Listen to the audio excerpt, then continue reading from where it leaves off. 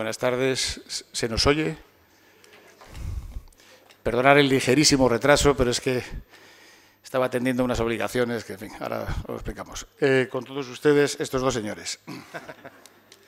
Hola, buenas tardes. A ver, Antonio Resines no fue a GB, nosotros sí. Él, por los pelos, nunca mejor dicho, estudió el plan anterior, lo cual no sé si es mejor o peor, ¿no? Por alusiones, mejor. Pero aunque no fuera EGB, yo creo que está muy presente en todos los que sí fuimos, ¿no? Porque participaban en absolutamente todas las películas de los años 80 y ha trabajado con todos los actores imprescindibles, desde José Luis López Vázquez, Chulán Preave, Fernando Fernán Gómez, Verónica Forqué. O sea, yo creo que es Resines también. Es muy difícil pensar en un actor español de los 80 con quien no haya trabajado, con quien haya trabajado él, ¿no? De él se dice que aunque no tuviera un papel en una película, había que contratarle por el buen rollo que daba en el rodaje, ¿no? O sea, que se notaba que estaba Antonio Resines en ese rodaje. Yo lo que os puedo garantizar que al leer el libro, que os recomiendo, lo que te dan ganas es de conocerle y hacerte amigo suyo. Hoy tenemos la suerte de estar aquí con él. No sé si nos acepta como amigos. Aceptado. Y yo creo que lo mejor es que hable, que él es la estrella y que nos cuente su vida. Bueno, perdón. Sí, no sé si es lo mejor, pero bueno, vale. Sí. Bueno, lo malo de que inviten a dos presentadores es que va a haber dos presentaciones, con lo cual va a tardar un poquito más en hablar. Yo voy a ser rápido. A mí me ha hecho ilusión que nos hayan llamado para presentar esta presentación, valga la redundancia. La primera es porque es la primera vez que no tengo que esperar una cola para entrar a una presentación aquí en Videobarrieta, que eso ya es bastante. Siempre tengo que esperar colas. Y la segunda es porque al final la persona con la que venimos a hablar, porque eso de presentar a Resines es un poco absurdo, ¿no? Presentar a alguien que es más conocido que tú es un poco absurdo. Es como presentar a un familiar tuyo, ¿no? Es una persona que yo desde que tengo uso de razón le he visto siempre en la tele, en el cine. De hecho, tengo un tío que le llamamos Resines. ¿Qué? Sí, tengo un tío, no te preocupes, vale. que le llamamos Resines porque se parece mucho a Antonio Resines. Pero sobre eso hablamos luego, sobre los parecidos a Antonio Resines, que es un tema más apasionante. Es otro tema. Bueno, mi tío se parece también a Juan Pardo, es una especie de mezcla entre Juan Pardo y Resines. ¿Ves cómo es raro? Es un poco... Y entonces, como ha dicho Jorge, es cierto que al final, claro, estás hablando de una persona que ha estado siempre en la televisión, en el cine, ¿no? Ya solamente con Los Serrano estamos hablando de ¿cuántos años? Ya no sé. Pues 8 o 10 años. No, ¿que se acabaron Los Serrano? No, me refiero yo solamente de ver de todas las semanas en televisión, ya son un montón de años. No, pero era mucho más. ¿Pero tú eres de GB o del plan Yo soy antiguo? de GB. Yo estaba en el instituto ya, en Los Serrano. Bueno, o sea, tú eres mayorzón, claro.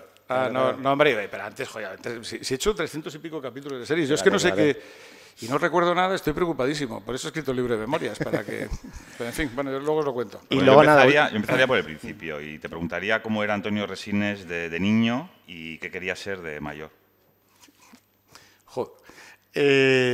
Bueno, el problema que tengo yo con esta historia es que empecé el libro de memorias a instancias de la editorial, que muy amablemente se les ocurrió decirme, oye, aprovechando que vas a hacer 100 películas y que ya tienes una edad, no insistieron mucho en el tema porque dejé claro que no quería que existiesen, me plantearon hacer una cosa que era como El mundo según Resines, y eso me pareció un poco pretencioso. Efectivamente lo es. Y entonces hicimos una cosa con Ana Pérez Lorente, estábamos haciendo una especie como de álbum familiar, y juntamos las dos cosas. Y entonces me di cuenta, os daréis cuenta que no soy muy perspicaz, que iba a hacer dentro de nada 40 años que empecé a hacer cine, largometrajes, porque cortometrajes había empezado en el año 75, 76, con 21 o 22 años. Y, por cierto, uno de los primeros lo hice aquí en Bilbao, que era Carmen III G, de unos amigos nuestros, de Juan Ortueste y Javier Rebollo. Y bueno, juntamos todo eso y digo, bueno, ¿por qué no? ¿Por qué no contamos un poco de mi vida y a través de mi vida la historia del cine español en los últimos 40 años? Porque no es que haya hecho yo todo, aunque algunos digan que sí, pero no lo he hecho todo. Pero sí he hecho muchas películas que sí tienen que ver con la historia de este país, ¿no? Y que están en el... Es un poco cursi eso, pero está en la memoria colectiva de la gente, ¿no? Y eso unido a las series... Bueno, había una serie de excusas que parecía razonable que lo intentásemos, ¿no? Como somos gente muy seria, pues dijimos, venga, vamos a hacer una prueba, a ver qué tal nos queda. Y la prueba les gustó, pero empezó mal, porque bueno, como os podéis imaginar, una biografía empieza por el día que naciste y dónde naciste. El día sí me acordaba, pero conté que yo había nacido en el Hospital Nuestra Señora del Carmen de Torrelavega. Pero eso lo he pensado toda mi vida. ¿Y cuál no sería mi sorpresa cuando le pregunté a mi tía Maripepa, que es la hermana pequeña de mi madre, y le conté que arrancaba así la biografía? Y le digo, ¿qué te parece? Y dice, bueno, pues es una biografía completamente falsa. ¿Pero por qué? Y dice, porque tú naciste en casa de la abuela, o sea, en casa de mi madre. ¿Pero qué me dices? Ni idea. O sea, que había vivido en la ignorancia más absoluta sobre mis orígenes. Bien. Y a partir de ahí ya seguí con la biografía, porque como todo era falso, pues no pasaba nada. No, luego ya me centré y ya hicimos las cosas bien, empecé a preguntar a gente con más conocimiento que yo y llegamos a hacer pues un acercamiento razonable a la infancia, a la juventud, y a partir de un momento pues ya me empecé a acordar de más cosas y aquí estamos. Me hace gracia, el título es, para habernos matado, Memorias de un señor calvo. De un señor no, de un calvo. De un calvo, sí, de un calvo. Y sí. Lo de las memorias me hace mucha gracia que precisamente empieces el libro diciendo que tú de memoria muy mal, que has tenido precisamente eso, ¿no? Que hablar con amigos para que te vayan refrescando cosas. Y luego el para habernos matado yo, no sé si tiene que ver con tu propensión a darte golpes, caerte, accidentes, romperte brazos, manos. Sí, para haberos matado tiene que ver con eso, porque es verdad, no, que técnicamente me podía haber matado de verdad, como, hombre, 10 o 12 no, pero 5 o 6 sí, porque me he caído en acantilado, he tenido 3 accidentes, uno a bordo de motos, de coches, en fin, he tenido de todo, o sea, en fin, he tenido cáncer, he tenido una angina de pecho, o sea, me ha pasado de todo. O sea, que para habernos matado el título yo creo que está bastante bien puesto. Y tiene que ver también con la parte profesional, que con lo bien que arrancamos y con la gente tan buena, que no digo que yo estuviese entre ellos, pero bueno, en un porcentaje pequeño yo estaba ahí, que estábamos cuando arrancamos a hacer películas, si no hubiésemos seguido por el lado bueno, o sea, que hubiésemos hecho algo interesante, pues era para habernos matado también. O sea, que tiene ese sentido. Y Memorias de un calvo es evidente en estos momentos. Y además quería hacer una reivindicación a favor de los calvos, que somos gente a veces denostada, y no tenemos nosotros la culpa de eso, porque es una cosa genética. No sé si lo sabéis, es genético. O sea, no es porque hagamos así con la mano todo el rato, no. Es genético, porque ya me hubiese gustado a mí tener pelo. Hay una frase de Landa, que la repito de vez en cuando, que cuando le preguntaban a Landa, que en paz descanse, que se ponía un poquito así, tipo Anasagasti, para que os deis cuenta todos. Lo hacía así y le preguntaba que si quiero tener pelo, Antonio, verde, aunque fuese verde. Y digo, vale, pues para que veáis lo que sufrimos los calvos, y era un pequeño homenaje a la calvicie en general y a los portadores de la calvicie en particular. Por cierto, si me compran el 10% de los calvos de este país, como me compran el libro, me forro. O sea que... En el prólogo del libro te lo hace, para mí, uno de los mejores cineastas que tenemos en este país, que es Fernando Trueba, además es amigo tuyo. Y me hace mucha gracia porque en este prólogo constantemente está diciendo Resines es muy Pacino, es muy De Niro, es muy... Incluso William Holden dice... Yo, por decir 3, yo te veo como 3, a ver qué te parecen. Yo te veo como Jack Nicholson, un poco. Ojalá. Un poco como Danny DeVito. Bueno, eso no lo veo tan claro, pero bueno, en fin. Y un poco como Alfredo Landa. O sea, son 3 genios. Yo casi me quedaba con Nicholson, francamente, pero sí hay un poco de eso, sí. Menos lo de DeVito por la altura, que claramente estoy por encima.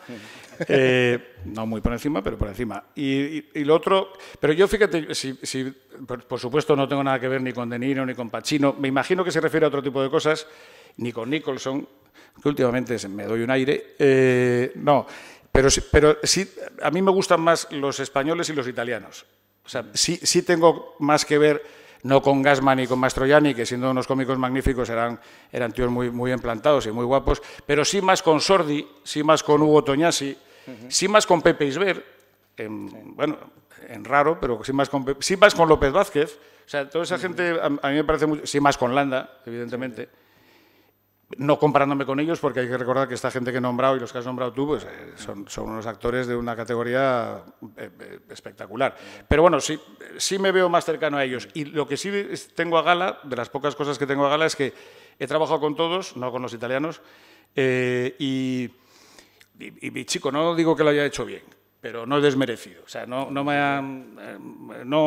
han comido por las patas. Es que no sabéis cómo eran de buenos los tíos. Es que... Yo creo que eres uno de los 4 o 5 en España que mejor se enfadan en el cine.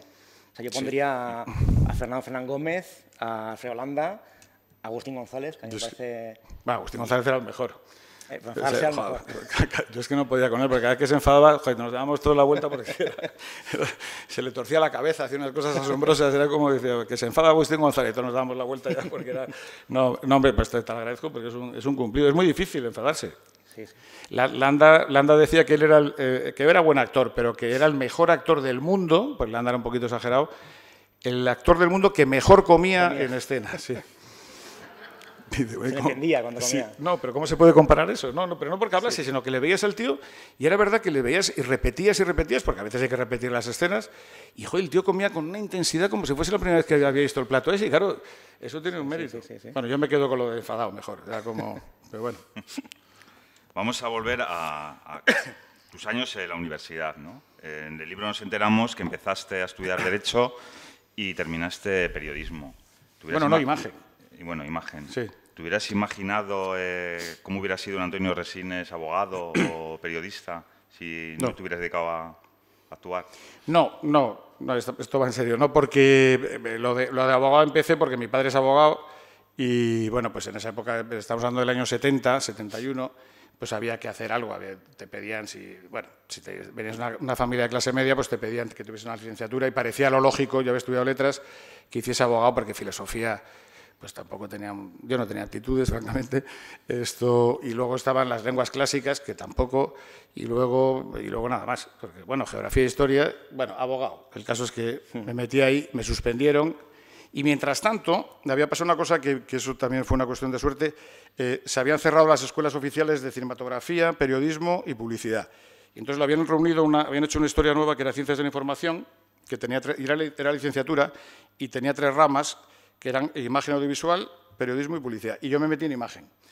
Y tuve la suerte, porque esto es cuestión de suerte, pues igual que me podía haber matado en uno de estos accidentes, pues me encontré con un grupo de gente que sí querían hacer cine, porque yo no tenía claro que quería hacer cine. A mí me gustaba mucho el cine, pero yo no... Y hacíamos fotonovelas, rodábamos cosas en Super 8, pero bueno, como mucha gente en esa época, y ahora pues lo siguen haciendo mucha gente, pero a nivel completamente amateur. Pero había gente que sí quería hacer cine. Entre otros, lo comentabas tú antes, Fernando Trueba, desde los 15 años quería ser director de cine. Bueno, pues eso, yo tuve la suerte de caer con un grupo de gente, luego está también Carlos Boyeros, Carla Doire, Juan Molina, bueno, gente que son todos directores, actores, directores de fotografía, escritores de cine, y yo caí ahí. Y bueno, pues eso es suerte. ¿Por qué me cambié de Derecho y lo dejé? Porque me suspendieron. A lo mejor, si no me suspenden, pues igual hubiese seguido haciendo Derecho. Y sería un desastre, porque vamos, no... Y luego, después de eso, luego salió lo de ser actor. Claro, ¿pero por qué era yo actor? Pues porque hacíamos todos de todo. O sea, igual que os ha tocado a vosotros hoy, que escribís, presentar una cosa de estas, pues a nosotros nos tocaba llevar la cámara o el sonido, y a mí me ponían delante porque yo era apañado para la producción. O sea, que me manejaba bien con la cosa de comprar bocadillos. No os creáis que era que yo ponía dinero, ¿no? Entonces, pues yo los organizaba, los levantaba los sábados, todos con resaca, y les hacía ir a trabajar y estas cosas. Bueno, y a la vez, como no teníamos dinero para contratar actores, pues decía, pues para cosas sencillas, pues yo qué sé, entras y le dices a Menganito, hola, buenos días, ha venido mi madre, y eso lo hacía yo. Y de aquí, de hola, ha venido mi madre, hasta aquí, fíjate lo que he recorrido. O sea, que ha sido todo casualidad hasta cierto punto. O sea, siempre ha habido una o dos personas que tenían claro lo que querían hacer, y la gente que hemos tenido suerte de estar con ellos en ese momento, pues aquí estamos. Tu gran debut, digamos que es Ópera Prima, ¿no? Sí. ¿Qué significa para ti esa película? Todo. Perdona, antes de llegar a Ópera Prima, yo creo que mucha gente no sabe la faceta de Antonio Resines como jugador de rugby. Sí. O sea, jugador de rugby, Antonio Resines. Sí. ¿Algo que comentar? No. Ya está. Ópera Prima. Bueno, sí, no, voy a contar una cosa que no lo sabe la gente, pero yo jugué la última final de la Copa del Generalísimo de rugby, sí señor. La perdí, pero la jugué. Sí, Arquitectura 24, CAU, que era el Club Atlético Universitario, 14. O sea, tiene mérito. O sea, que yo llegué a jugar al rugby bastante bien. ¿Te rompiste algo? ¿O? No, después. No, acabé esa temporada, me fui a un viaje a Italia y nos saltamos un stop, un semáforo, y pasó un coche y a mí me partió por la mitad, vamos, me rompió el macizo trocanterio, que no sé si sabéis lo que es esta parte de la cadera, que sale así un poquitín, y pues eso me lo reventaron. Y eso. Y ya después ya vino Ópera Prima. No, no, ahora volviendo a ópera prima. Ópera prima es la base de todo, claro. Si no hubiese funcionado, porque la película se sigue viendo muy bien. Yo para hacer el lado de las memorias pues he tenido que ver casi todas. Algunas ni las he visto. Y la película sigue funcionando desde el año 79 y la ves y dices, bueno, pues es una historia muy bien contada de amor entre un chico y una chica, jóvenes y tal, y bueno, muy especiales, con sus características y tal. Y funcionó, pero estuvo a punto de no funcionar. Estuvimos 3 semanas yendo, la estrenamos en el Cine Paz en Madrid, en la calle Fuencarral, y enfrente había una cafetería de la antigua cadena, yo no sé si se llama Manila, creo que no. Íbamos todos los días a ver si había gente. No iba nadie, pero nadie. O sea, nos la iban a quitar ya. Y un día hicimos una fiesta para celebrar nuestro fracaso, como seres humanos y como artistas, y nada, pues bebimos un poquitín más de la cuenta, ¿no? Que no pasa nunca, no pasa casi nunca. Bien. Y entonces, en la euforia dijimos, bueno, qué suerte los de la película de al lado que tienen una cola que da 3 vueltas a la manzana. Nosotros ya estábamos un poco tocados y hasta que nos dimos cuenta que era para ver ópera prima. 1 año y medio estuvo en cartel, en ese cine, 1 año y medio. Hizo del 79, para que os hagáis una idea en pesetas, hizo casi 2 millones de euros del 79. O sea, que es una barbaridad, pero... Y de ahí vino toda la historia, porque de ahí... Fernando Trueba siguió trabajando, Óscar le seguían llamando para hacer películas, a mí también, gente que trabajaban como técnicos y bueno, pues ya aquí estamos. Sí, además, ¿no? Juntasteis los Fernandos, ¿no? Fernando Trueba, Fernando Colomo. Colomo producía ópera prima, sí. Pero al final, incluso recuerdo también Pares Sonones de José Luis Cuerda, sí. a mí eso me gusta mucho, personalmente. Y creo que esas películas empezaron como a mostrar una nueva manera de hacer comedia en España. Yo, más cercana, me parece a mí, no lo sé, corrígeme, a Woody Allen, al estilo de Woody Allen. Había influencias de Woody Allen. Había muchas influencias de la Nouvelle Vague francesa. O sea, hacer historias que impactasen sentimentalmente con muy pocos medios, que era a lo que teníamos acceso, con guiones muy férreos y que contasen cosas que nos afectasen a nosotros, a gente de nuestra generación, no a gente que tenía 30 o 40 años que nos parecían viejos pero espantosos, ¿no? Claro, hay que recordar que nosotros hicimos el primer largometraje, teníamos 23 y 24 años, que tiene cierto mérito. Tiene mérito y tiene un nivel de inconsciencia brutal, pero bueno, eso va con la edad. Y después de eso nos acercamos a ese tipo de cine, hicimos una cosa, hizo Fernando una cosa que estaba muy bien, volvimos a rodar con sonido directo. Y entonces había una diferencia brutal. Antes todas las películas españolas estaban dobladas, a veces muy bien dobladas, las de Berlanga, por ejemplo, que Berlanga se inventaba diálogos, según le venía bien, pues cambiaba los diálogos que habías dicho y te ponía otro en la sala de doblaje, ¿no? Pero el sonido directo lo que creaba era una sensación, y no una sensación, una realidad de autenticidad. O sea, que lo que estabas diciendo lo estás diciendo en ese momento y estaba pasando en ese momento. Y eso a la gente le gustó. Y luego hicimos otra cosa que, yo no hice nada. O sea, no, lo digo en serio. Eso estaba escrito. Todo lo que estoy contando aquí estaba escrito. Lo que hicimos fue interpretarlo de la mejor manera que pudimos. Pero pasamos el lenguaje de la calle al cine. Antes era al revés. Antes la gente hablaba de una determinada forma, pero como se hablaba en la calle no se reflejaba casi nunca en el cine, menos en alguna película de Saura, ocasionalmente, te hablo de los años 60, alguna película muy especial, las de Berlanga, y eso la gente lo agradeció mucho, porque de repente vieron unos tíos de 20 y tantos años que estaban estudiando, que salían en la pantalla, que eran igual que ellos, que decían las mismas tonterías, que se enamoraban de chicas, que se desenamoraban, en fin, todas estas cosas que pasan en la vida. No sé si te lo han contado. Sí. En EGB os lo contaban también. Creo que sí. Bueno, y entonces eso fue lo que impactó, porque la gente repetía diálogos que hacíamos en la calle, ¿no? A mí me repetían mucho en los bares por la noche, dice, tú eres el imbécil que ha dicho, esta tierra es mía, esta tía es mía. Yo decía, no, yo no he sido, ha sido Trueba, que lo ha escrito él, que yo no... Y acababa siempre mal la cosa. Pero bueno, o sea, que cuando el lenguaje de una película pasa a ser el lenguaje de la calle es que algo ha funcionado. Sobre todo que la ha visto mucha gente y que les ha gustado, claro. Y ese es el origen. Y lo bueno de la historia es que luego, Pares y Nones, que es un poco después... Tuvimos la suerte de seguir enlazando una película detrás de otra y yo me encontré en el año 91 que había hecho 36 películas, o sea, en 10 años escasos. Y el otro día contándonos me quedé asombrado. Bueno, pues ahí sí hubo un factor de suerte, que era más fácil de levantar determinado tipo de financiación que ahora. Bueno, iba a decir que no estábamos en crisis, las crisis de aquella época eran mucho peores, era como nadie tenía ni un duro, para nada. Nosotros Cuando podíamos, pues no voy a decir lo que hacíamos porque no es, hay niños y no... bueno, o sea, que estaba todo el mundo lampando. O sea, con esa edad, si no tenías trabajo, pues bueno, pues yo hacía de recadero, tenía una Vespino, iba por Madrid y tal, y tapando baches o socavones, repartíamos cestas, bueno, lo que hacía todo el mundo si no tenías dinero, ¿no? Pero a la vez hacíamos películas. Que eso es lo que... No, eso es lo que nos diferenciaba de mucha gente, ¿no? Y bueno, pues... Al final no salió mal. Pero, curiosamente, ahora yo personalmente pienso que la comedia española ha vuelto al sainete, o sea, a lo que se hacía en los 60, 70, anterior a eso, ¿no? Yo ahora, por ejemplo, alguien que hace cine muy parecido a ese que hacíais es precisamente el del hijo de Fernando Trueba, el de Jonás Trueba. Sí. Sí le veo que hace un cine más parecido a eso, ¿no? A lo que hace su padre o a La línea del cielo, ¿no? Películas de esas. No sé cómo ves actualmente la comedia actual.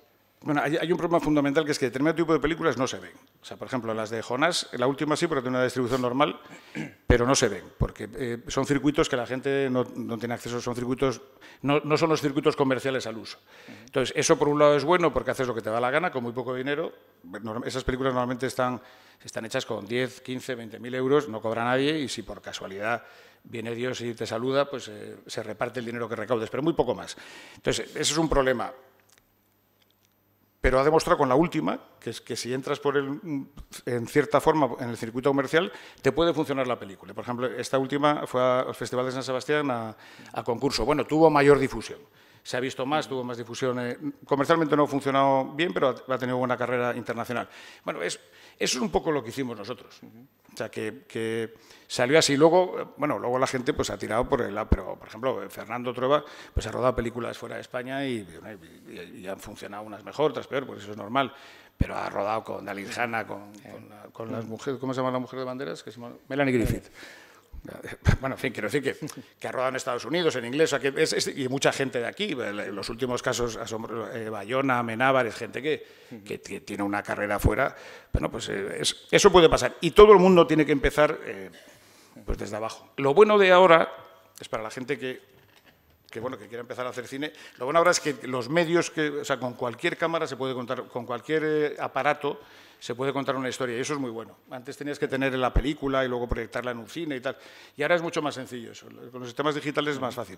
Pero bueno, en fin, lo digo pues al que se anima, vamos. Has tenido la suerte de trabajar con los grandes maestros, actores de este país, ¿no? Pues Alfredo Landa, Fernando Fernán Gómez, Fernando Rey, Francisco Rabal.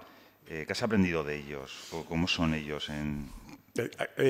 Bueno, primero, casi todos, y digo casi porque nadie es perfecto, casi todos eran unas personas asombrosas. O sea, que venían de...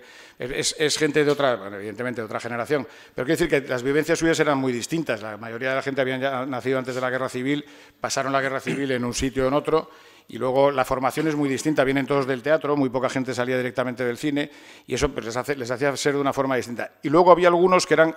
que daba igual que hubiesen sido actores, por ejemplo, Fernando Fernán Gómez era un genio, al margen de los exabruptos del final, que 3 o 4 tonterías que todo el mundo las hemos hecho, era un tío que era una persona con una inteligencia, pero vamos, era un superdotado, y bueno, era un tío que escribía, dirigía, montaba obras de teatro, cine, televisión, serie, hacía lo que fuese, escribía magníficamente, pero todo, novelas, guiones, ensayos, bueno, pues... Y luego lo que aprendí yo como actor es que te los creía siempre, o sea, daba exactamente igual lo que hiciesen, y ahora soy un pícaro del siglo de oro, y lo veías al tío haciendo el pícaro y hablando un poco raro, y te lo creías. Entonces, ¿cuál es el truco de eso? Pues chico, yo lo sigo buscando todavía, pero hay un libro de Michael Caine que cuenta que lo principal para ser actor es que los que están viéndote que te crean. ¿Y cómo te creen? Tienes que decir el diálogo como si fuese la primera vez que lo has dicho. Eso es muy importante. Y luego hay otra cosa que era muy graciosa. Y si estás en una casa que es la tuya, en la ficción, tiene que parecer que de verdad es la tuya. ¿Y cómo se hace eso? No te tropieces con los muebles. Entonces, si te fijas, es verdad. Si tú, por ejemplo, vas a abrir una puerta y es tu casa y la abres y te falla porque abres para el otro lado, pues malo. Ya te has cargado la película, pues no se lo va a creer nadie. Bueno, estos que has nombrado tú lo hacían. Y esto les daba exactamente igual. O sea, iban a un bar, bueno, eso tenían afición todos. O sea, no es tan fácil apoyarse en un bar y estar un rato charlando aquí contigo y tal, no sé qué, no sé cuánto. Ponme una Manolo y tal, y sigues. Eso no es fácil hacerlo. Bueno, pues esto lo hacían. O sea, te lo creías todo lo que hacía. Era su casa también el bar. Bueno, sí, también. Había algunos que tenían bastante afición, sí, no voy a entrar en detalles. Pero quiero decir que la credibilidad es lo fundamental. Y eso, los grandes actores, hagan lo que hagan, te lo crees. ¿Sabes? Anda, que no es difícil. Antes has nombrado a Nicholson. Bueno, pues Nicholson, bueno, iba a decir, no está mal de la cabeza, pero el nido del cuco, pues te crees de verdad que el tío está pero tocado, pero del ala. Bueno, pues no, pues luego se cotizan, corten y se lleva a hablar pues con la familia. ¿Qué tal? ¿Ha llamado Manolito y tal? Bueno, pues eso es lo normal. Bueno, pues no, pues lo veías al tío y decías, este tío está mal de la cabeza. Ese es el truco de los grandes. Y hacerlo siempre, ese es el truco de los muy grandes. No siempre se consigue eso. Hay una película que has hecho que creo que ha ganado mucho con los años y se ha convertido en una película de culto. Se amanece, que no es poco. Me gustaría saber qué pensaste la primera vez que leíste el guión, que te llega el guión y que lees aquello, ¿no? Pues me quedé asombrado, vamos, era como... Porque era la historia de un tío, que era yo, que se llamaba Teodoro, ya con Teodoro ya, y que venía de Oklahoma, que se había cogido un año sabático, era ingeniero, creo, agrícola, y trabajaba con los negros en los campos de algodón de Alabama, y llegaba a un pueblo de Albacete con su padre en un sidecar, y pues a ver cómo estaba el ambiente, pues claro, dice, bueno, ¿y esto cómo me lo como? Pues eso, me asombró. Lo que pasa es que yo tenía una ventaja con respecto a otros, que es que había visto una película de Cuerda, de José Luis Cuerda, el que hizo Pares y Nones, que se llamaba... Total, sí, te había dicho antes todo va mal, pero es Total. Y que te apuntaba a eso, era el fin del mundo. Entonces se veía a Agustín González, un rebaño de vacas, de ovejas, unas ruinas detrás y ponía debajo Londres, 2040, el fin del mundo. Y ya empezaba fuerte y dices, bueno, venga, pues de ahí para adelante. Entonces, pero claro, lo rodábamos y mucha gente no entendía qué estaban haciendo. Entonces, bueno, pues hombre, yo cuando me acosté con Ciges, no hubo nada sexual, pues claro, el tío, además como lo decía también, se daba la vuelta y dice, me respetarás, hijo, y digo, vamos a ver, entonces claro, la contestación era mejor, pero hombre, padre, por Dios, y dice, no, y dice el tío muy serio, dice, hombre, un hombre en la cama es un hombre en la cama, y yo decía, bueno, o sea, si aguantábamos sin reírnos eso, pues claro, pues ya luego la película pues quedó bastante bien, porque era todo el rato así, era imposible, era como... Otra que había muy buena en la comisaría, le preguntaban a Ciges y le preguntaba a Saza, que era el sargento de la Guardia Civil, pero ¿por qué? Le preguntaba yo, padre, ¿por qué mató a madre? Y dice, porque era muy mala. Y dice, pero eso está penado, ¿no? Y dice, sí, está penado, sí, está penado. O sea, era todo una serie de idioteces todo el rato, pero en el fondo, todo junto, pues tenía mucho sentido. O sea, al final veías la película y dices, bueno, pues esto sí cuenta mucho de cómo somos nosotros, ¿no? Cómo es este país y cómo son las distintas formas de entender las cosas. Y, ¿no? Eso fue, y ahora es una película de culto. Yo vi en el 25 aniversario de la película en el Cine Callao en Madrid, hicieron un pase, yo hacía que no la veía en el cine, pues, pero una sala, bueno, pues de 700 butacas. La gente decía los diálogos en alto y en las canciones se levantaban y bailaban. Y yo estaba alucinado, pues estábamos ahí medio y tal, y la gente se levantaba, es el corazón, es el corazón. Pero mucha gente, pero señores mayores. Y yo decía, ¿pero qué pasa aquí? Bueno, pues eso es lo que hace que una película sea pues algo normal, que guste o que te parezca bien, a que se convierta en un fenómeno. Pues esta se convirtió en un fenómeno. ¿El público del 88... 87, ¿lo entendió? No entendía. No. O sea, de repente, hablando de que vengo a hablarle de Dostoyevsky. No, pues no entendía. ¿Y de Faulkner? Aquí gusta mucho Faulkner. Dice, pues vale. Dice, bueno, no entendían nada. No. Es un nuevo género, es el surruralismo, algo así, ¿no? Es una película surruralista. Eso sí, lo llegó a definir Cuerda como el surruralismo, en vez de surrealismo, pero es una cosa muy especial, es que, pero todo tiene un sentido, todo viene de la picaresca del siglo de oro, viene de muchos sitios, entonces es curioso, pero lo que pasa es que lo hizo muy bien. Y tiene mucho que ver también con la época que pasó Cuerda en el seminario, que esas cosas marcan, ya sabéis, vosotros que habéis ido mucho a misa, esto, pues no, pero en serio, el seminario era la salida para mucha gente en determinadas zonas, sobre todo en zonas rurales, para la gente que tenía capacidad para estudiar, o se les apuntaba maneras, y eso también marca. Entonces, todas esas cosas, toda esa historia de la iglesia, que bien alza la hostia, y venía la gente de fuera a ver cómo levantaba la Sagrada Forma y tal, pues claro, esas cosas, pues en fin, todo eso junto de una película que desde luego es especial, es una cosa como... Me está pasando una cosa, que si alguien quiere interrumpir de una manera educada, por supuesto, puede hacerlo en cualquier momento. Perdón. Bueno, tú, Jesús, no, ¿eh? Jesús, no. Vale. Eres el único actor que se ha acostado con Luis Ciges. Sí. Pero hay una escena que también... Y con más gente. Pero una escena con Ana Belén, con unas orejas rojas como tomates, algo pasó ahí. Eso es horroroso, sí. ¿Quieres comentarlo o no? Sí, ya que estamos Aparece aquí, en el libro, ya que ya estamos en privado. Esto, pues hicimos Seinfeld y no mires con quién desde el año 84, que era la adaptación de una obra de Ray Cooney, el otro autor no me acuerdo, bueno, que tuvo mucho éxito, era un vodevil, pero estaba muy bien hecho. Hizo una adaptación Fernando Trueba, y yo vi hace poco la película y la película sigue funcionando, tiene unos diálogos estupendos. Bueno, entonces, yo hacía de marido de Ana Belén. Entonces, Ana Belén, como ahora, pero estamos acordados en el año 84, Ana Belén era... No, pero aparte un cañón, es que era la tía más famosa de España, pero con diferencia. O sea, la llamaban la novia de España. O sea, era un título que le habían puesto. O sea, era impresionante. O sea, la Puerta de Alcalá. En fin, era una cosa asombrosa y tal. Claro, yo era actor, pero estaba empezando. Y entonces, claro, si eres actor, pues si es tu mujer, lo he explicado antes, es tu mujer. Y se acabó el problema. No siempre es así, queridos amigos. Entonces, teníamos que darnos unos besos. Casi castos, ¿no? Pero, bueno, el caso es que hay una escena en que se me pone encima Ana, mi mujer, a la sazón, en la película, y me besa, con cierta pasión. Y yo respondo, alegre como no podía ser menos. Pero ¿cuál es mi sorpresa cuando vemos la proyección y se me ve la oreja derecha roja, pero como un tomate? Entonces le dije a Fernando, oye, por favor, ¿te importa que repitamos esta secuencia? Y tal, ¿por qué? Dice, por lo de la oreja. No pasa nada, hombre. Se había dado cuenta todo el mundo y yo haciendo el ridículo como tal. Y yo pensé que lo había hecho muy bien porque no se había notado que estaba de los nervios directamente.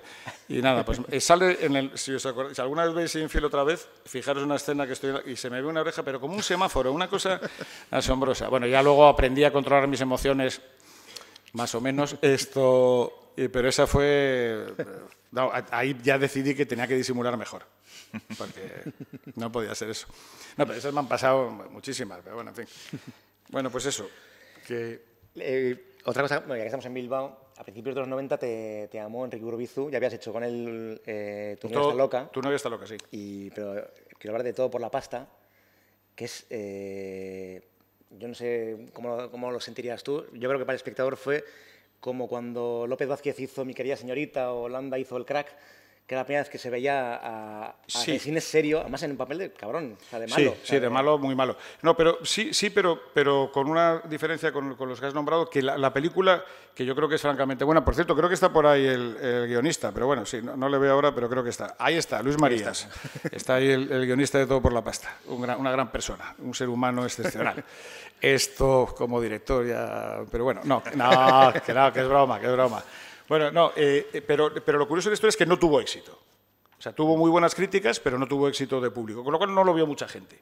Pero efectivamente ese es el punto de inflexión. Y me acuerdo que con Enrique yo no tenía nada claro que yo podía hacer eso.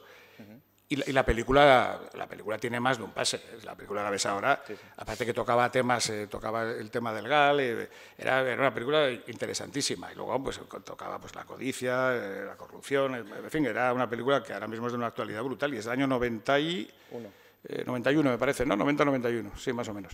Y bueno, pues ahí está. Y eso sí fue un punto de inflexión. Es decir, ya la gente que estaba en la profesión, en la industria, sí pensaron que podía hacer otro tipo de historias y de ahí viene un tiempo después, aunque hubo alguna incursión por ahí. Bueno, Acción Mutante era otra cosa, porque Acción Mutante era, ya que estamos en Bilbao, sí, pero era más una gamberrada. Pero bueno, también el personaje era un demente, ¿no? De ahí viene que ya otra gente me llamase para otro tipo de historias. Y aparece, no para dementes, sino para otro tipo, que no fuesen exclusivamente comedia. Entonces, y ahí es donde aparece La buena estrella, que eso sí que fue otra que se me apareció la Virgen. Me he dado cuenta que cada 5 años se me aparece la Virgen. ¿Esto os parece Los milagros de Fátima? No.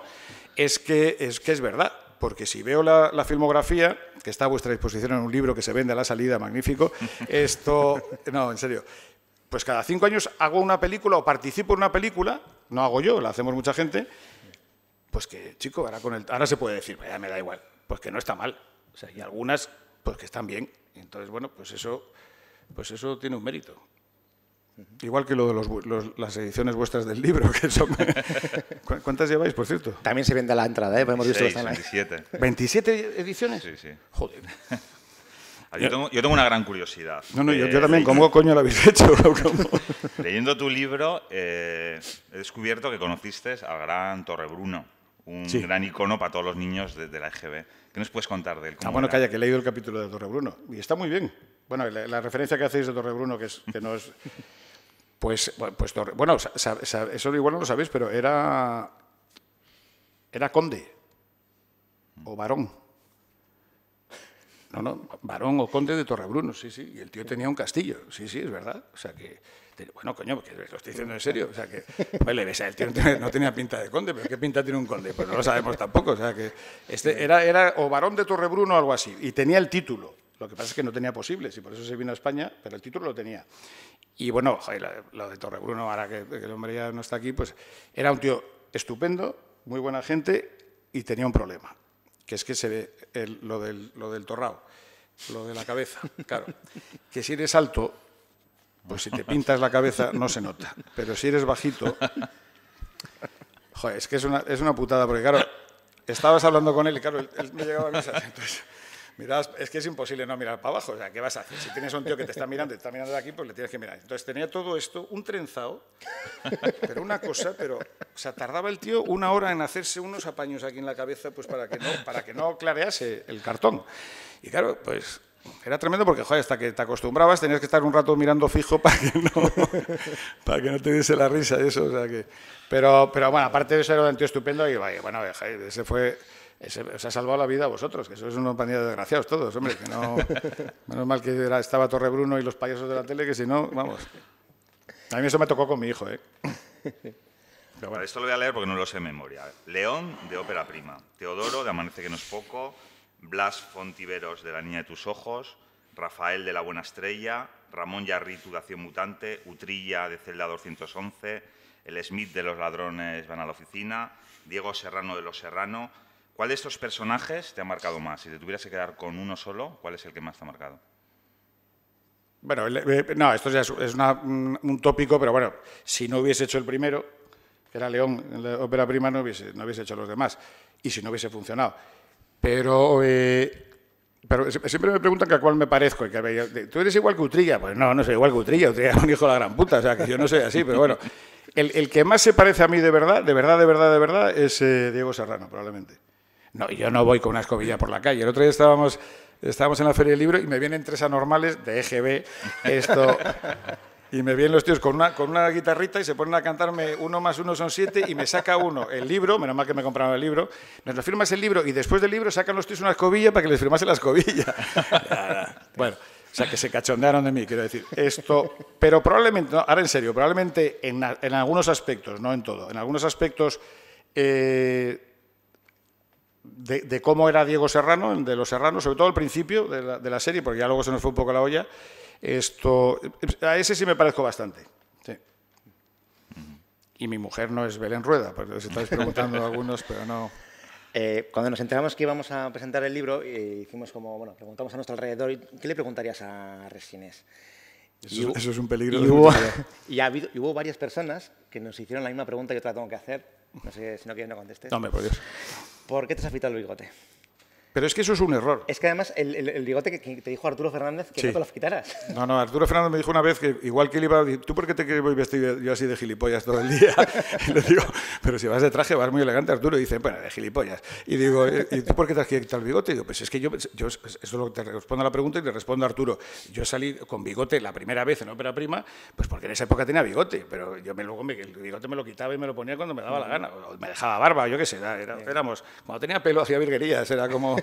Entonces, y me dice, no, tú, Antonio, que te estás equivocando, Antonio. Digo, pero, a ver, chatín, tú tienes que ir siempre con bigote. ¿Pero cómo ir con bigote siempre? Tú, chatín, con bigote, como yo con traje, coño. Y yo decía, pero que el bigote pues a veces es molesto, crece mucho y te pica y tal. Tú con bigote, coño, no me contestes. Y dije, vale, Arturo, no te preocupes. Porque eso era una historia muy de los actores de antes que tenían una marca de fábrica. O sea, que tú tenías que ser de una determinada forma y cambiarlo al público le despistaba. Que, por cierto, es verdad que despistaba. Pues me estoy acordando la primera vez que López Vázquez hace un papel serio. Bueno, no os quiero contar, algunos mayores de los que están aquí, que no hay gente mayor, digo, los de edad más avanzada, que no, que tampoco, gente de una edad, se acordarán de Mi querida señorita. Cuando hace de mujer, bueno, eso fue una revolución. Yo me acuerdo de ir al cine y la gente salía primero había gente que no daba crédito que estuviese vestido de mujer, pero luego se querían reír y no tenía ni puta gracia la película. Era como, bueno, pues ese tipo de cosas. Bueno, eso pasa mucho y la gente de otra generación pues pensaban que tú tienes una marca de fábrica y si habías triunfado con esa marca de fábrica, pues ¿para qué tocarla? O sea, que era una tontería, ¿no? En parte tenían cierta razón. Sí. Es que ese mostacho es un icono de la comedia española. Yo lo veo ahora y me da una vergüenza espantosa, porque es como... Pues que era una cosa... Estaba fuera de lugar completamente, pero bueno. No, tampoco en aquella época, bueno, pues tampoco era tan raro. Ahora ya sería un poco más raro, pero bueno. En el libro comentas que muchas veces te ha pasado que un papel estaba pensado para otro actor y que lo rechazaba y que luego recurrían a ti, ¿no? Sí. ¿Cómo se lleva eso? ¿No te entra un poco complejo de segundón ahí de...? Sí, sí. Te piensa el papel en mí, ¿no? La primera pregunta se lleva mal, a la segunda. Pues sí, pero lo malo es que me he enterado haciendo el libro. De algunas que yo pensaba que era la opción única y además vamos con la gente enfervorizada y tal, y dice, bueno, joder, que va a hacer Resines, qué bien y tal. No, qué coño, ya era el tercero o el cuarto. O sea, que entonces decían que no unos cuantos y luego me tocaba a mí. Pues mira, ahora en serio, pues me alegro muchísimo, francamente, porque de algunas pues me he llevado cada uno magnífico. O sea que sí, pero muchos papeles no era la primera opción. Pero bueno, ahora en serio, eso pasa muchas veces. A mí me ha pasado demasiadas, pero bueno, en fin, ¿qué le vamos a hacer? Sí, eso pasa, y de chicas, fíjate, más de chicas que de tíos. Pero bueno, la gente es muy voluble y eso, pero bueno, en fin. No pasa nada. Una depresión me está entrando horrorosa. Hay una serie que a mí me parece lo mejor que se ha hecho ahora. Lo que pasa es que es muy rara la serie. Fue Jorge Sanz. Es una serie que hubo unos cuantos capítulos, luego ha salido una en formato largometraje, luego va a salir otra, en la que es una especie como, no sé si conocen la serie, es una especie como de falso documental de qué fue de Jorge Sanz, que se le ve en la actualidad. Sale él haciendo de sí mismo como un actor fracasado y luego le va bien, bueno, y salen muchos famosos, entre ellos, pero me da que es que son amigos más que otra cosa. Bueno, es que somos amigos. O sea, pero da la sensación de que estáis hablando y de que, bueno, aquí el guión, esto, ¿habéis, no? No. Está todo escrito. No, hombre, vamos, no te quiero ni contar. No, hombre, a ver. Si te pones a gritar, pues dices alguna cosa que no está en el guión, pero ¿qué es lo que hago yo en la película? Yo siempre le riño a Jorge. Pero la serie está muy bien, porque es si a Jorge Sanz le hubiese ido mal, vamos a suponer que le ha ido mal. Acordaros que Jorge Sanz fue uno de los actores es uno de los actores más conocidos, más famosos y tal. Él es de nuestra generación y tiene 17 años menos que yo. Pero claro, empezó, él era Schwarzenegger de joven en Conan. Sí. O sea, el niño era él, era Jorge, que es del año 77, que es que tiene narices la cosa. O sea, y él es del 60, pues tenía 7 años, del 68, 69 me parece que es. Bueno, esto... Y tampoco era la primera que hizo. No, sí, creo que... No, perdona, tienes razón, había hecho la miel. Sí, anterior todavía. Bueno, bueno, y eso se acuerda el tío, tenía 6 años y dice, yo estaba enamorado de Jane Birkin. Digo, no me extraña, vamos, es como le hubiese pasado a cualquiera. Bueno, pues Jorge, después de un tiempo... Es verdad que eso es la realidad, bueno, pues tiene menos proyectos, sale menos películas, pero eso es normal, esto es un ciclo, son ciclos. Y entonces se les ocurrió a David Trueba y a él hacer una historia exagerando cosas que sí le habían pasado a él, pues es verdad que tiene un hijo, es verdad que no sé qué, tal, una serie de historias, pero poniéndolo como que todo era un fracaso, y entonces pues se les ocurrió una genialidad de comedia que era como le iba muy mal, coge un agente que no es agente de verdad, es un tío que vendía quesos, ¿no? Entonces, las comparaciones de los actores y las películas con los quesos, yo no me he reído más en mi vida, es una demencia. Si podéis verlo porque está muy bien. Entonces, lo que hacemos es que todos los demás seguimos siendo todos gente muy famosa y muy importante, y triunfando y tal. Entonces, le damos consejos, los consejos son absurdos completamente, claro. Y todo eso junto, pues, crea una sensación como de realidad que está muy bien porque... Hay un punto de comedia, pero hay un punto como de patetismo y que habla del fracaso y de lo mal que se puede pasar en determinado tipo, en la vida y en determinado tipo de profesiones que necesitan el éxito. Porque hay otras profesiones que, bueno, si lo tienes muy bien y si no, pues tampoco pasa nada. Pero, bueno, y en ese sentido, viene de otro sitio, viene de Estados Unidos, como siempre. El primero que lo hizo fue... Bueno, Reyes, igual, sí, bueno, esta gente hacía ese tipo de cosas. Bueno, está muy bien. Yo me imagino que irá por ahí la comedia... es que las comedias ya de las cadenas generalistas Hombre, podrá decir alguno, claro, dices tú ahora que la has cagado en 2, digo, bueno, sí, puede ser. Pero no, pero quiero decir que es que es muy difícil. No puedes hacer una comedia buena a la semana de 80 minutos, es imposible. Y las ponen a las 11 de la noche, pues chico, es un disparate. O sea. Entonces, bueno, pues me imagino que irán a formatos más pequeños, menos tiempo, que es si lo inventan los americanos, y no hay que ser muy listo, y ponerlas a unas horas razonables. O a lo mejor no en la primera cadena de las grandes, pero a lo mejor sí en 4, en la sexta, ese tipo de cosas. No, bueno, yo imagino que irán por ahí los tiros. Espero. Estuviste en la entrega de los Oscars con Chico y Rita. ¿Cómo se vive la ceremonia desde dentro? ¿Y te hubiera gustado triunfar en Hollywood como Banderas, Penélope Cruz y toda esta gente, o se lo dejas a ellos directamente? Sí, para ellos, sí. No, bueno, no. Sería Re, ¿no? Algo así, sí, no, yo sería Tony Resigns. Porque claro, es que la broma que hacían con Banderas era Tony Flags, que era como, bueno, una chorrada. Esto, bueno, no había ninguna posibilidad ni me lo he planteado nunca. O sea, que no, pero probablemente, no, es que ni me lo he planteado. Pero, si no sabes hablar inglés, pues para qué te vas a hacer ahí. Pero bueno, yo he hecho una película en Estados Unidos, cuidadín. 2 meses, La línea del cielo, eso sí, en Spanglish, que eso ahí me apaña bastante bien. Y luego, y lo de los Óscares como los Goya, pero lo bestia, vamos, es impresionante. O sea, claro, es que es otro mundo, es que no sé, pues aquí alquilas 50 coches y quedas como un señor, pero allí te alquilan 600 limusín, pues vale, pues ya está, pues esa es la diferencia. El teatro, pues aquí buscas uno de 3.000 entradas y hay uno de 15.000 y con 25 pisos. Bueno, es todo a lo bestia. Pues bueno, es que es dificilísimo explicar. Aquí hay 300 tíos de seguridad y 3.000 o 4.000. Bueno, todo es así. Y Brad Pitt es más guapo que yo, no, pero chico, pues hay como 15.000 como Brad Pitt. Entonces, ¿qué vas a hacer tú ahí? Pues el ridículo. Entonces, lo único que nosotros íbamos de productores de Chico y Rita, la película de dibujos animados de Fernando, que era preciosa. Bueno, que estábamos nominados, cuidado. Nos ganó una cosa de un lagarto asqueroso, que no sé qué. Pero estábamos muy bien situados y ahí estaban los franceses, estábamos nosotros. Bueno, eso sí es el. O sea, si llegas allí, eso es apuntar muy alto, eso está muy bien. Y bueno, a lo mejor otra vez, pues igual nos toca otra vez, ya veremos. Yo una pregunta ya personal que te quiero hacer. Sí, y vamos a acabar ya, pues estos señores tendrán que ir a cenar. ¿Sí? Vamos. Uno de tus amigos de siempre es Carlos Bollero, que es uno de los terribles, ¿no? De los más temidos de... Bueno, es un crítico de cine que escribe lo que opina, ¿no? Que es una cosa muy complicada. Sí. Entonces, claro, cuando opina algo muy malo, lo dice tal cual. ¿Ser amigo y actor de él, qué tal es? ¿O contigo siempre ha sido muy...? No, conmigo ha sido muy... Bueno, no, me ha metido palos como a todo el mundo, pero yo no ha perdonado ni a su padre, que en paz descanse, vamos. Pero no, hay, ya últimamente, como ya somos mayores y eso ya, pues, si ve algo mío que no le gusta, pues procura no hacer la crítica. Me llama, tal, eso. Eso es como cuando nos... Oye, que voy a ir por tu barrio, retiraros que va a haber bofetadas. Entonces tú te retirabas discretamente y estabas... Esto es lo mismo. Dice, oye, he visto esto, pero tú, ¿pero qué haces esas gilipolleces? Y tal. Digo, no, hombre, a mí me han pagado bien y tal, esas cosas. Y dice, bueno, no voy a hacer la crítica, pero no vuelvas a hacer una cosa de estas, porque la siguiente la hago, ¿eh? Y digo, bueno, vale, pues nada. No, ya es como entre amigos, pero sí, no, que a Carlos... No le tengo como amigo para que no hable mal de mí, porque éramos amigos de antes, pero es mejor tenerle de amigo que de enemigo, vamos, sí, seguro. Que se lo digan al Almodóvar, ¿no? Joder, Almodóvar lo tiene enfilado, el pobre, es como tremendo. No, pero ha repartido a todo el mundo, por ejemplo, a Fernando, que son muy amigos, a Trueba, le ha dado 2 o 3, pero con la mano abierta, o sea que... Una última pregunta para terminar. Sí. A ver, me da la sensación de que te has tomado todo esto como un juego siempre, que te has reído muchísimo y que has hecho muchísimos buenos amigos que aún conservas. ¿Se puede pedir algo más en la vida? Pues muy poquito más. Si no fuese por lo que cuento en el libro, que, hombre, hubiese preferido que no se hubiese muerto gente, ¿no?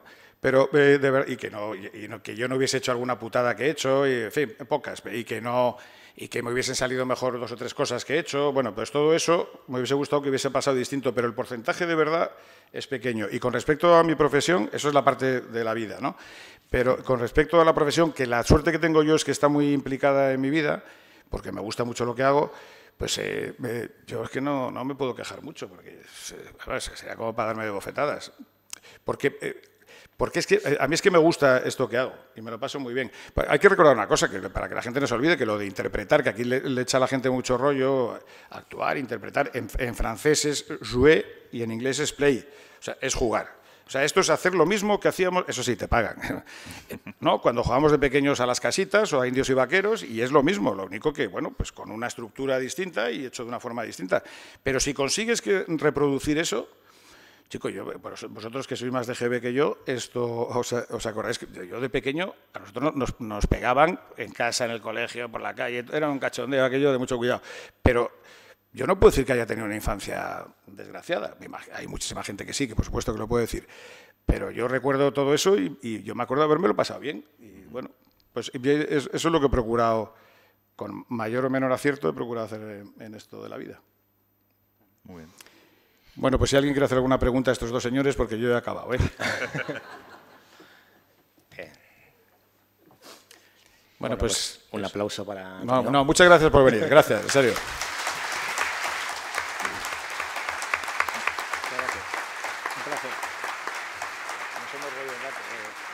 Gracias. Al fondo hay libros, ¿eh? Antonio, espera, te he traído... ¿Has traído un libro? He traído uno, tío...